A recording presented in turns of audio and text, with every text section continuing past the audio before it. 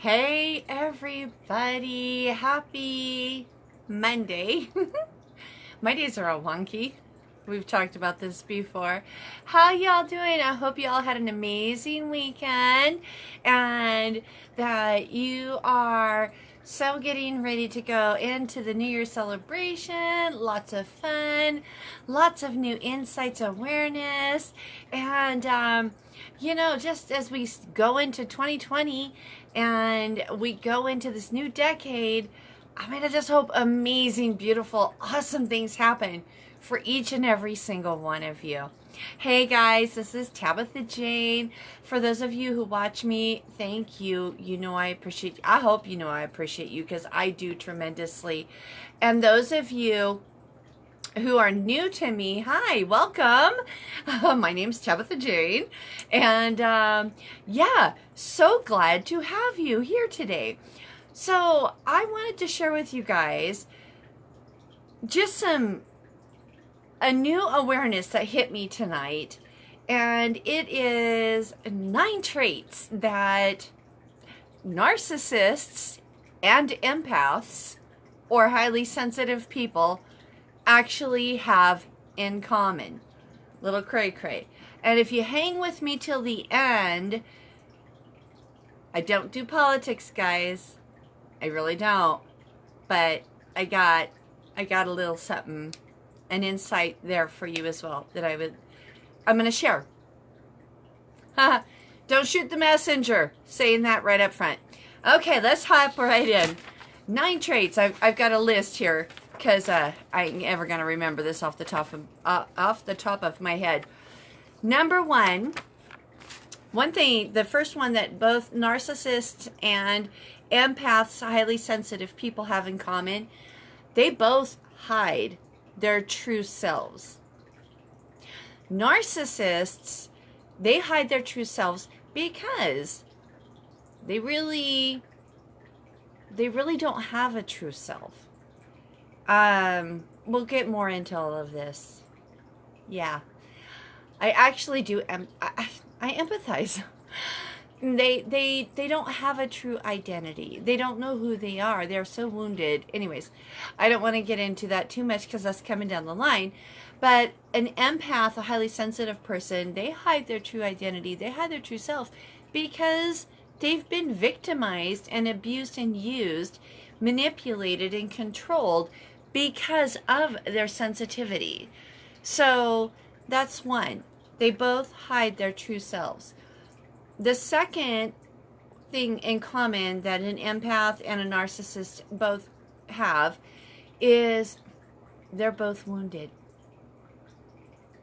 You know, this may be a generalization, but I'm 47 years old, and 47 years of my life has been immersed with narcissistic relationships. I didn't know what it was. Okay, I was born into this. So it was my norm. Now that I have this awareness and I've been healing, healing my inner child, stepping into my own truth, I can now reflect and look back and see. I do not, in my circumstances, I see the wounds. And I do not have any anger or ill will towards them. I think in a certain way they are victims of their circumstances and they just never grew up. They can't. To look at themselves means they have to actually take ownership. That's a bitter pill to swallow.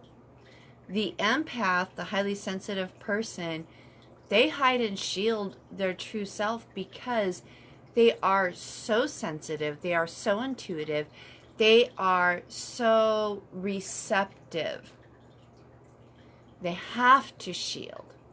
Because if they don't, they're overwhelmed. Their circuits will fry, okay? So that's number 2, how they both are similar. Number 3, both feel deeply and intensely. A narcissist feels deeply intensely for themselves. They have to. That's how they shield. They can't look at the rest of the world as people, as human beings, because that means they have to see. And if they have to see, that means that they have to take ownership of who they are on the inside. And again, they can't do that. Their wounds are so deep. An empath, a highly sensitive person, they feel very deeply and intensely for others. They just,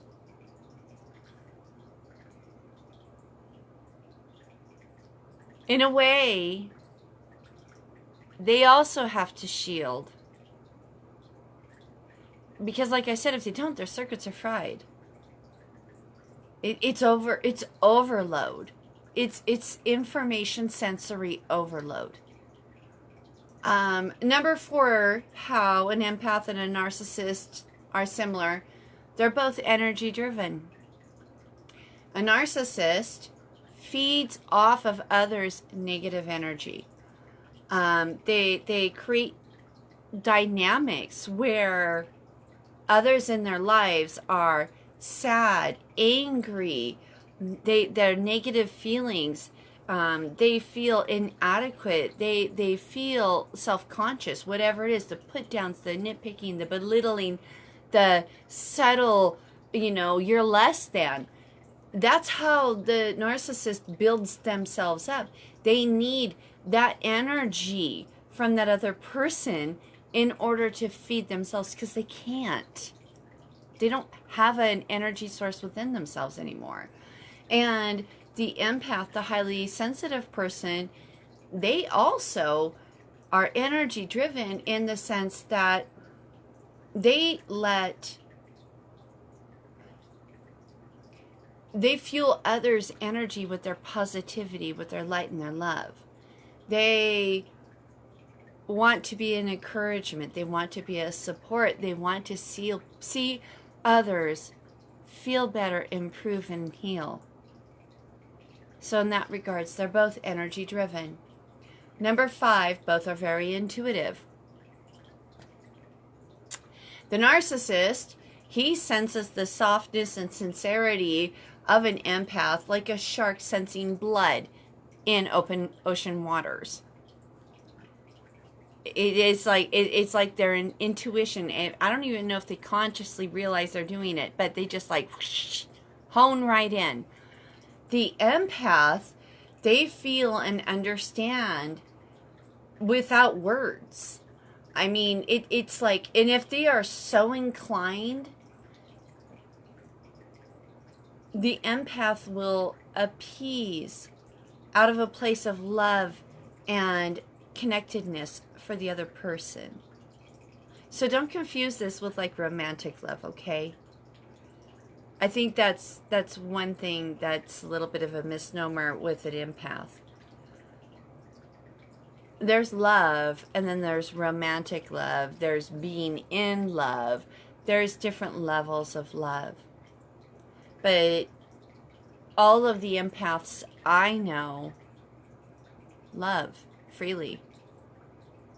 And it's not sexual, and it's not romantic. It's just simply a love of existence. Seeing the greater beauty. I digress. Okay. Number 6 ways that a narcissist and an empath are similar. Both seek out the flaws in others.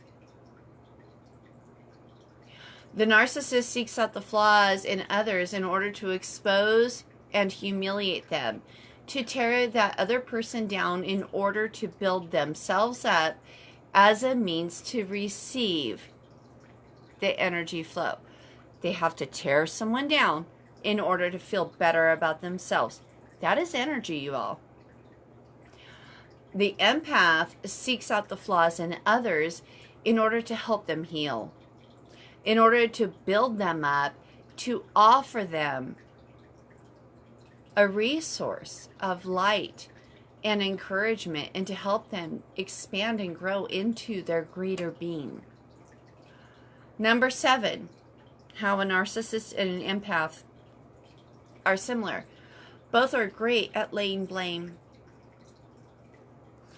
The narcissist blames everyone and everything else in their existence for what isn't going their way to their benefit. They're chronic victims, and the whole world is out to tear them down. Empaths and highly sensitive people blame themselves. They are constantly questioning themselves. They are constantly reflecting, wondering how they can better serve others. What difference? How can they make a difference? How can they be a source of healing energy and light and love in this world? And when they feel they fall short, they seek to blame themselves. They undermine themselves. Number 8, both the narcissist and the empath, or the highly sensitive person, struggle with manipulation. The narcissist depends on those who are weak-minded and insecure so that they can easily manipulate and control them. The empath despises manipulation and struggles to balance their sensitivity and intuition while not being a source of manipulation, which cycles us back to number 1 for the empath. That's part of the reason why they hide their true selves. It's not safe. So, did I say 9? Those are 8 ways that narcissists and empaths are actually, they have a lot in common, which is why it's a scary combination when they pair up in a relationship, because the narcissist is so unaware of themselves, outside of themselves, disconnected with, they don't even know who they are, because everything else in this world is a detriment for them, and they are so egocentric, building themselves up in such a manner that they're so overinflated with their arrogance. Then here comes the empath, the highly sensitive person, who's the healer, who's the intuit, who's the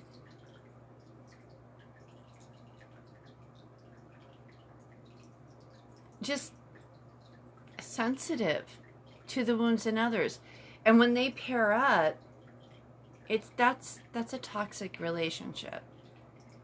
And I speak to this from a lifetime of personal experience, and not just 1, not 2, not 3, multiple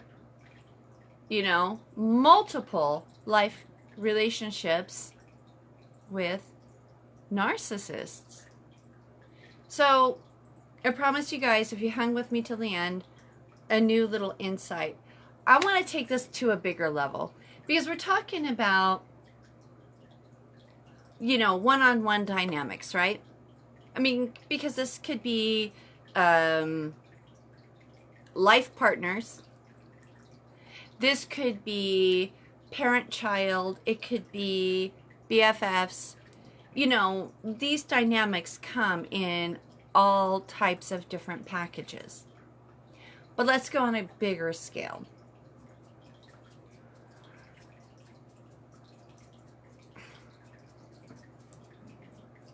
I'm going to go there.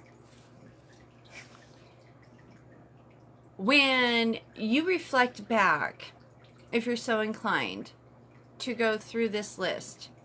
Specifically, I'm going to encourage you to listen to my explanations about the narcissists and the various points. Then, take a look at the news. Consider the media.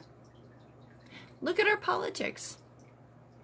Look at our society as a whole.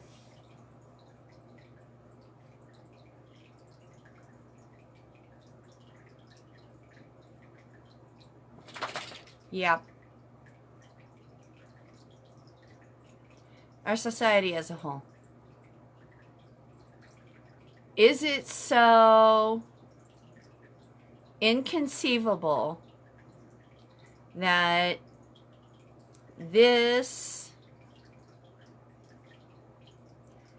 personality type has become so predominant in our culture, in our existence? Is it really a surprise? We're ruled by it. I'm going to refer back to my notes.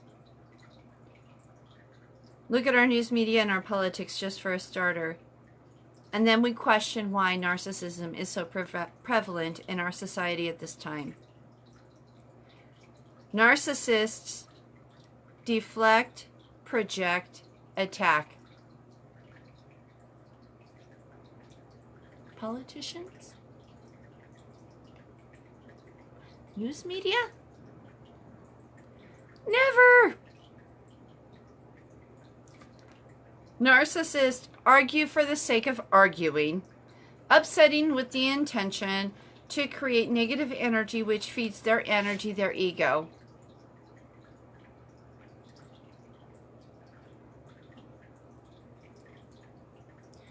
Bullying, lying, threatening, fear tactics in order to manipulate and control.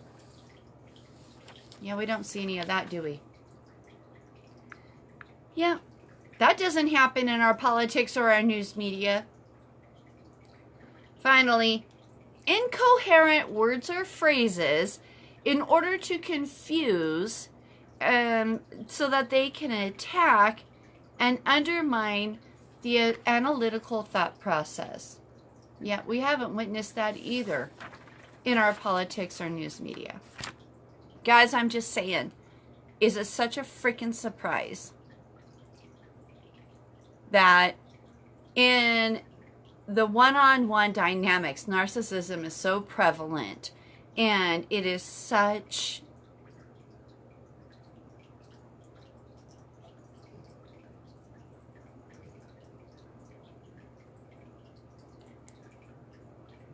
what's the word? It is tearing us apart. But then look at our culture, look at our society, look at our dynamics, look at our leadership. Narcissism at its finest. Guys, okay, I'm going to unless something else comes to me, I'm going to step down off my soapbox. I would love to hear your comments and feedbacks. Does any of this resonate with you? Do you see this in your interpersonal relationships? You know, do you see it in politics, mainstream media like I do? You know, what can we do? As, you know, because here's the thing. I'm not done yet. Sorry. We have power. We have power. We've allowed the narcissist to brainwash us, manipulate us, control us with fear to believe we do not. But we do. And the power comes from us coming together, thinking outside of the box, learning, expanding, growing beyond the boundaries that they have tried to confine us in. We can make a change. And change starts with just a conversation, an exchange of ideas. It is really that simple. None of us need to go down to the White House and rally. Just an exchange of ideas. A new awareness. A new perspective. A new concept. And it's contagious. It does spread like wildfire. But we gotta start. So anybody who's interested in starting a conversation, I would love to hear your thoughts. I'm also going to save this video and upload it on my YouTube channel.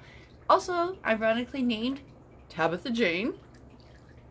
And I try to talk about different things, but I am going to share this video over there. And sometimes I do share the same videos, but I try to do different topics. So, you know, if y'all get bored of me over here, you can jump over there and see what I'm doing over there. But yeah, it just, like, I don't know, this whole thing, the whole narcissism thing, it's just been like super in my face lately, and it's expanded just from a, what is the word, the microcosm, my itty bitty tiny world. It's expanded beyond my interpersonal reality to, as I look at society now, I see our culture, our leadership different. So no, I'm not surprised that so many people are struggling with this, and ultimately I hope to find a way to help reach the narcissist, to help them, because they are wounded. They're not bad people. They just can't see themselves because they're that wounded. I've loved quite a few. Like I said, my whole life. I'm 47 years old now, and it's just been the last year that I started healing my inner child, stepping into my own awareness, my own strength, that I can now step it back and look without that deep, dark hurt, which is why I can share with you guys.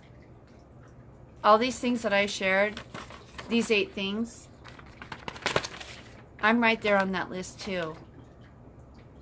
I absolutely relate. I've experienced it, and I've lived it. So I would love to hear your thoughts, your stories. If I can help you in some way, please do reach out.